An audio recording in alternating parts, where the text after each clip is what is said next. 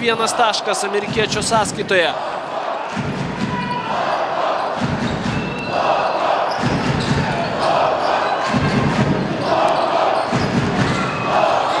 Rančikas Džordžui Ewingui. Nuo Lokomotyvo krepšininko palieka kamuolys aikštelę. 15 sekundžių atakai. Atspėjo varžovai visą sumanimą.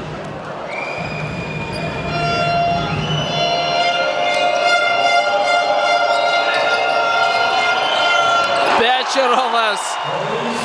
Aleksejus Pečerovas. Krepšininkas, kuris tritaškius, kaip minėjau, meta nelabai gerai. Vos 19% pataikymas. Dabar mažina atsilikimą iki 2 prasidėjus paskutiniai minutiai. Ali Traorė nugarą į krepšį prieš Pečerovą. Aukštesnis Ali Traorė, 23 prancūzo taškas. Lokomotyvas vėl gali šiek tiek lengviau įkvėpti, bet atsipalaiduoti dar tikrai negalima. Kerta per rankas Džordžui Ewingui, bet tai tik 3. Lokomotyvo komandinė. Jie dar gali štai taip pažeisti taisyklės bent vieną kartą. Azovmaš pažeidė taisyklės 4 kartus.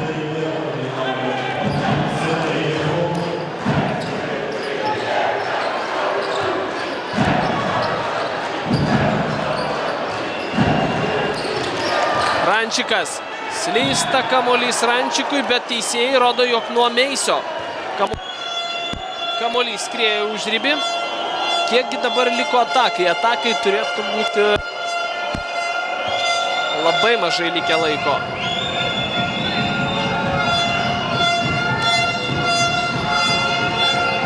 Dešimt sekundžių. Pečerovas dar vieną tritaškį pataiko Aleksejus.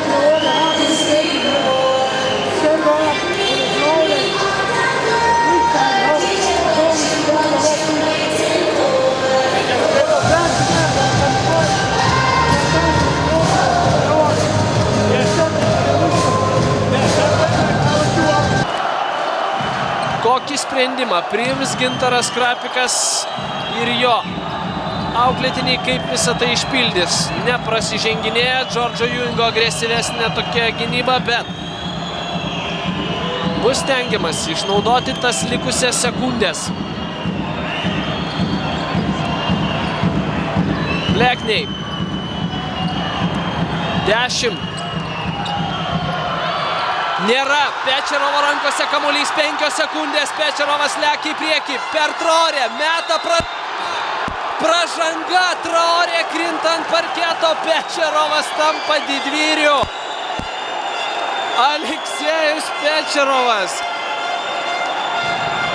išdarinėja stebuklus. 3 tritaškius pataikęs krepšininkas.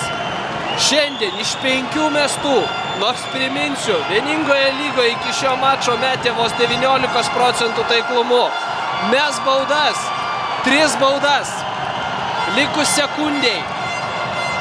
Kas darosi Ukrainoje?